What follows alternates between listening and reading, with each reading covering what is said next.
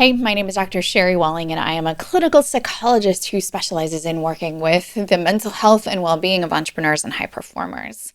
And that can take lots of forms, but often I spend time helping people think about how to really deepen in what brings them joy, how to come to life, how to really hit the accelerator on what it is that they are wanting to accomplish in their lives, not just in the way of hustle, but in the way of deep well-being and deep connection to what really matters.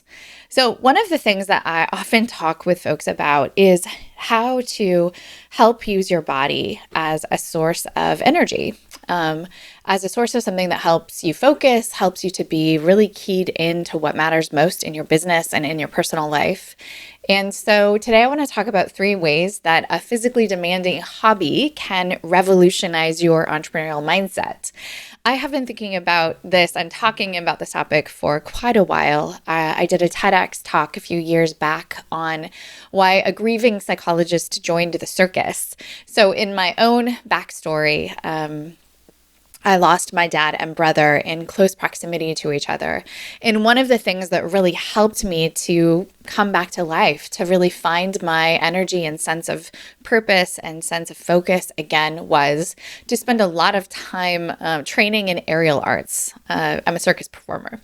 So that really physically demanding hobby helped to really reorient me in the midst of very significant grief and loss.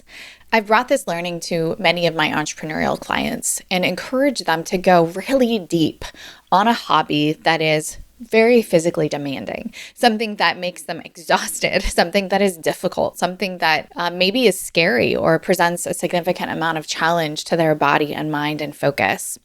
And it's been one of the things that I've seen really help to revolutionize people's ability to have a growth mindset, to really focus on what matters, and to find ways to carve out time for themselves in a way that is very life-giving and energy-producing for themselves and for their business. So let's talk about how this works or why this works. Really physical hobbies like rock climbing or kite surfing, circus arts, intense long-term running, they create an experience of embodied learning and physical intuition. So physically engaging in demanding activities fosters a really deep connection between our mind and bodies. And this helps entrepreneurs learn to trust their instincts and make decisions that go beyond analytical reasoning. A lot of us spend a lot of time in our heads. We are strategic, we're cognitive, we're intellectual, we're intelligent. We kind of see the game board and are trying to strategize the best next move. That's part of being good at business. It's part of being good at life. And it's a really wonderful skill set, but there's also all of this knowing, all of this intuition, all of this wisdom that exists south of our heads, right? In our whole bodies. And we talk about gut instinct. We talk about gut feeling, this sense deep down in our bellies that we have a knowing.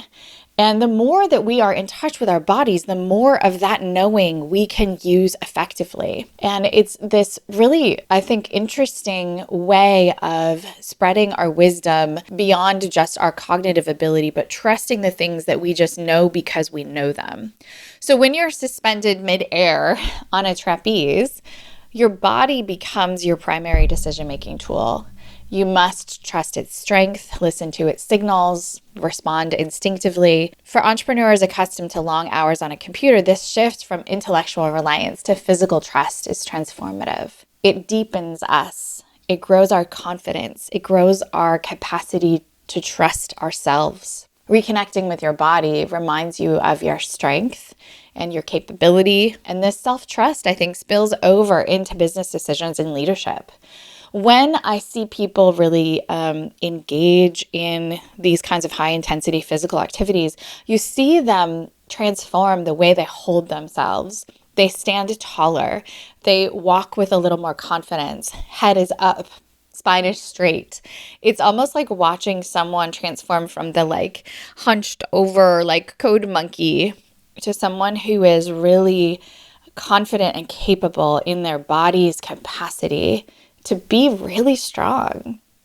And that self-knowing is pretty radical across domains of our life. The second way that participating in a high intensity physical hobby or physical activity can help transform your entrepreneurial mindset is practice with some rapid failure cycles. So the ability to turn setbacks into progress in real time, quickly. So overcoming physical obstacles strengthens mental resilience. Again, my preferred activity, the trapeze, it offers a really rapid feedback cycle. I'm on the bar doing a trick, and in 20 seconds, I know if that worked or not. And so attempting a trick, failing, adjusting, trying again, trying to open my shoulders or point my toes or let go at a different time. Each adjustment, each failure provides valuable feedback. When the trick works, the feedback is immediate. It's amazing. I feel it. My team feels it. Everybody cheers. But mostly there's a lot of failure and there's a lot of refining. There's a lot of trying again. And these rapid cycles can teach a really powerful lesson. One, failure is just data. The more that we grow our capacity to fail over and over in small things, the better we get at integrating that information and using it to help us build the building blocks of success rather than feeling discouraged by our failure. Entrepreneurs used to longer feedback loops. Most of us, we don't know if something is successful for months at a time. When I write a book or when you launch a product, when you make a new hire, it takes months to sort of see the fruition of that decision come to be. And that's how it is, but it's really nice to have this tighter feedback loop. It's refreshing and it reshapes our relationships with setback and opportunities for growth. I think it also grows resilience. If I'm too perfectionistic in my physical hobby, I'll quit because doing something really hard by definition means that you're going to fail a lot. If you're kite surfing, you're going to fall a bunch of times. If you're surfing, you're going to miss a bunch of waves. If you're doing a long distance cycle, you're going to get exhausted a bunch of times before you grow your capacity to go longer or to balance better or to perfect the form of the trick. And again, this ability to be gritty in the face of something that's not working rather than frustrated and perfectionistic is an incredibly important skill for business, but it's also just like good mental health. The more rigid we are, the more that our mental health is tied to our success in business or in our activities. And what's optimal is that our sense of well-being, our mental health operates somewhat autonomously or independently from the things that we're doing, that we know our value, we know our strength, we have a deep sense of our well-being, really despite the ups and downs of our business or the ups and downs of our relationships, the performance that we might have in our hobbies. So getting comfortable, getting flexible with things not going right, and knowing our deep ability to begin again is incredibly important. And we do lots of reps with that when we engage in a really challenging hobby. So we want to build resilience. That's sort of the third way that participating in a physically demanding hobby can transform your entrepreneurial mindset is it helps you stay calm in the face of challenge. Practicing calmness in a controlled physical setting helps you to develop resilience. This makes physical challenges a safe yet powerful training for managing fear, for managing pressure. You learn to regulate stress. You learn to breathe. When I am standing on the trapeze platform, 20, 30 feet in the air, it's scary. And my best ally is my brain's ability to stay calm and to think and to focus. And so the fact that I do that over and over on the trapeze means that I am learning those skills and practicing them over and over so that when I'm getting upset at one of my kids, I have the ability to bring in my breath, calm my body, still my mind.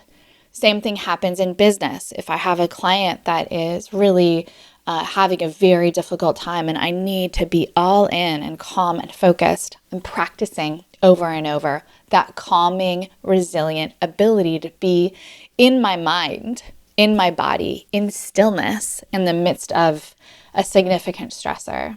So these skills translate to your business where the stakes are high, but can be approached with the same level of calm and clarity. If you're a public speaker, if you're doing anything that involves any kind of risk, which frankly is a lot of things in our businesses, we want to be able to approach that risk with our wits about us, with our breath calm, with our body still.